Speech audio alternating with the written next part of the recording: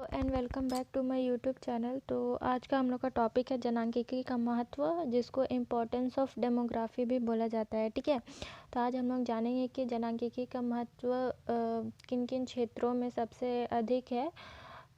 तो चलिए स्टार्ट करते हैं। जनांकीकी जनसंख्या के व्यवस्थित विवरण की वैज्ञानिक शाखा है। जनसंख्या समाज की महत्वपूर्ण इकाई है। सामाजिक एवं व्यक्तिगत दोनों दृष्टिकोण से इसका ज्ञान उपयोगी है।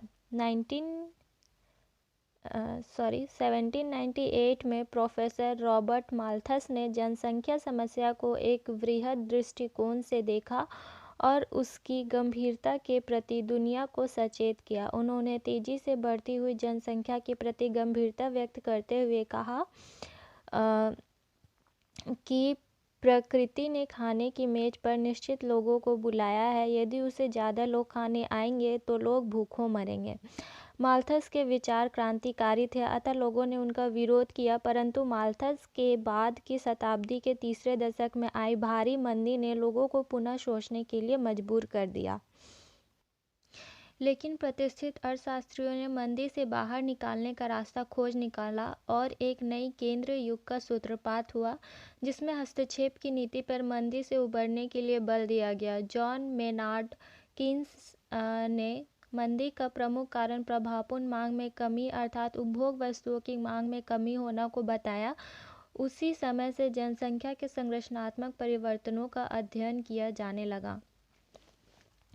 द्वितीय विश्व युद्ध के बाद अविकसित देशों ने विकास की गति तीव्र करने के लिए नियोजन को अपनाया। नियोजन से स्वास्थ्य सेवाओं की दशाओं में सुधार हुआ, मृत्यु दर में कमी आई, परंतु जन्म दर पहले जैसे ही बनी रही। बढ़ती जनसंख्या ने उपभोग को तो बढ़ाया, परंतु बचत तथा निवेश की दर घटती गई, जिससे विकास की गति को प्रभावित किया। विकसित देशों की स्थिति भिन्न रही।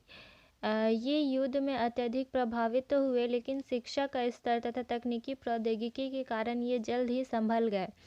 फलतः विकसित राष्ट्रों ने कम समय में ही विकास की पूर्व स्थिति को प्राप्त कर लिया। इस तरह विकसित राष्ट्रों के यहाँ जनांकीकी का गुणात्मक पक्ष को अधिक महत्व प्राप्त है, जबकि अविकसित राष्ट्रों के यहाँ परिणात्मक पद के अध्ययन को अधिक महत्व प्राप्त है। आज जनांकीकी विज्ञान व्यावहारिक कार्यक्रमों में अपनी उल्लेखनीय भूमिका निभा रहा है। प्रोफेसर अशोक मिश्रा के अनुसार जनांकीकी के महत्व को अध्ययन की दृष्टि से समस्त अर्थव्यवस्थाओं को 3 भागों में बांटा जा सकता है।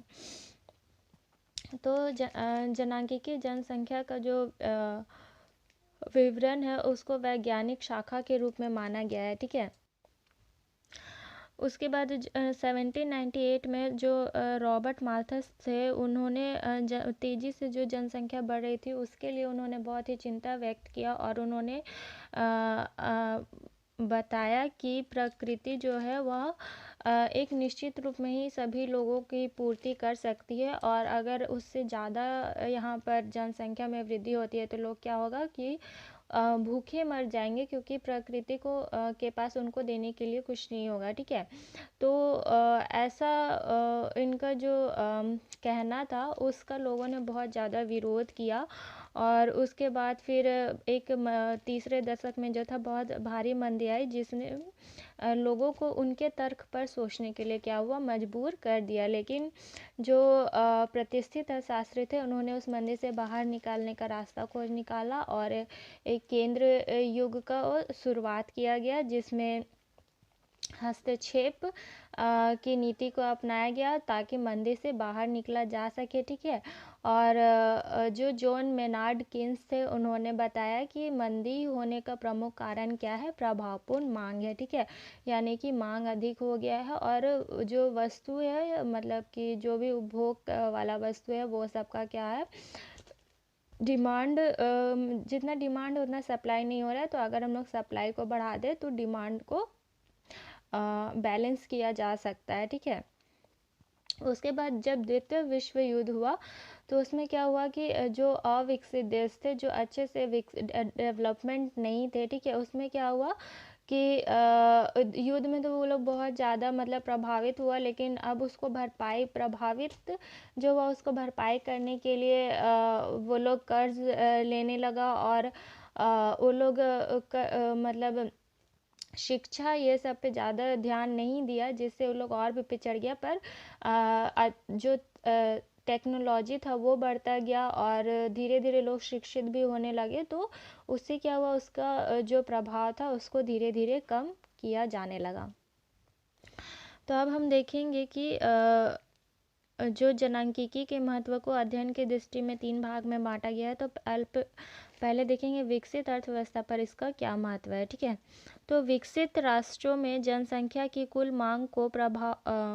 मांग को पूर्ण रोजगार स्तर पर बनाए रखने का एक साधन माना जाता है। विकसित देशों में बढ़ती हुई जनसंख्या वस्तुओं एवं सेवाओं के प्रभावपूर्ण मांग में वृद्धि करती है, जिससे उत्पादन एवं रोजगार में वृद्धि होती है तथा श्रम शक्ति में भी वृद्धि हो जाती है, जिससे उद्योगों में अतिरिक्त क्षमता का उपयोग किया जा सकता है। यही कारण है कि अर्थव्यवस्थाओं में जनसंख्या के गुणात्मक पक्ष, जन स्वास्थ्य, आवास, बीमा, शिक्षा, स्वास्थ्य सुविधाएं आदि पर विशेष ध्यान दिया जाता है।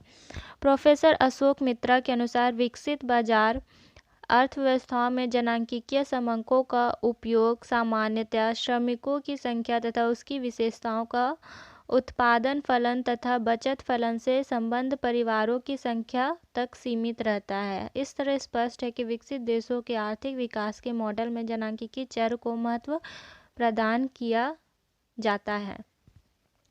तो पहला जो पॉइंट था वो था अर्थव्यवस्थाएं। ठीक है, तो विकसित अर्थव्यवस्था में अगर जनसंख्या बढ़ता है तो जनसंख्या बढ़ने से क्या होता है कि वस्तुओं का जो डिमांड है वो भी वृद्धि होता है, और जब डिमांड में वृद्धि होता है तो उत्पादन और रोजगार में भी वृद्धि होगा, क्योंकि जितना वस्तु का मांग होगा उसको बनाने के लिए उतना ही श्रमिक का भी ज़रूरत पड़ेगा और उतना ही वस्तु का मतलब उत्पादन भी किया जाएगा। ठीक है, तो इससे श्रम शक्ति में भी वृद्धि होगा और उससे क्या होगा, उद्योगों में मतलब जो श्रम शक्ति में वृद्धि होगा उसका क्या होगा, उद्योगों में इस्तेमाल किया जाएगा। ठीक है,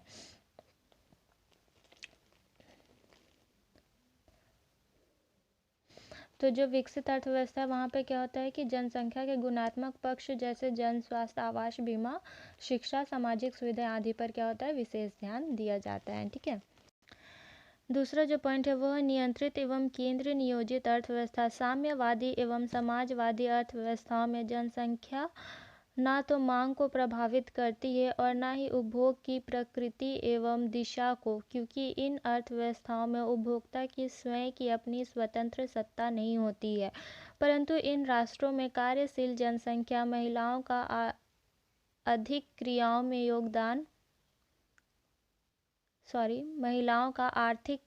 योगदान, राष्ट्रीय आय, प्रति व्यक्ति आय, प्रजननशीलता, मृत्यु क्रम, परिवार का आकार, स्वास्थ्य, शिशु शिक्षा इत्यादि सभी जनांकिकी के ही अवयव हैं।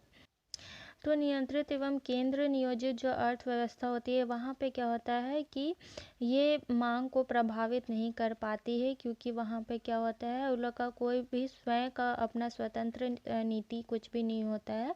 परंतु यहाँ पे क्या होता है कि कार्यशील जनसंख्या, महिलाओं का आर्थिक क्रियाओं में योगदान, राष्ट्रीय आय, प्रति व्यक्ति आय, प्रजननशीलता, मृत्यु क्रम, परिवार का आकार, स्वास्थ्य, शिशु शिक्षा इत्यादि सभी क्या होता है कि जनांकिकी से ही रिलेटेड होता है। ठीक है, तीसरा है विकासशील अर्थव्यवस्थाएं। प्रोफेसर अशोक मित्रा का विचार है कि जनांकिकी विकासशील देशों में महत्वपूर्ण भूमिका का महत्वपूर्ण निर्वाह करता है। विकासशील राष्ट्रों में श्रम नियोजन एवं आर्थिक नियोजन में जनांकिकी महत्व अत्यधिक बढ़ी है। आर्थिक विकास इस प्रकार की अर्थव्यवस्था में प्रमुख लक्ष्य होता है। जनांकिकी के महत्व की विवेचना करते हुए किंग्सले डेविस ने लिखा है कि मानव समाज के आधार को समझने में जनांकिकी महत्वपूर्ण उपागम है। प्रोफेसर थॉमसन एवं लिविस ने लिखा है कि जनांकिकी एक ज्ञानदायक विज्ञान ही नहीं वरन फलदायक विज्ञान भी है। उन्होंने 3 लाभों का उल्लेख भी किया है। जनांकिकी के अध्ययन से व्यक्ति यह समझ सकता है कि किस प्रकार समाजशास्त्रीय क्षेत्र में आंकड़ों का प्रयोग कर निष्कर्ष निकाला जाता है। दूसरा है विश्व जनसंख्या, उसकी प्रवृत्ति व महत्वपूर्ण जनांकिकीय चरों व सूचनाओं का ज्ञान प्राप्त होता है। तीसरा है अध्ययनकर्ता अनेकानेक जनांकिकीय तकनीकी घटकों जैसे प्रजननता, पुनरुत्पादन दर, मृत्यु दर, जन्म दर व जीवन प्रत्याशा आदि को समझा जाता है।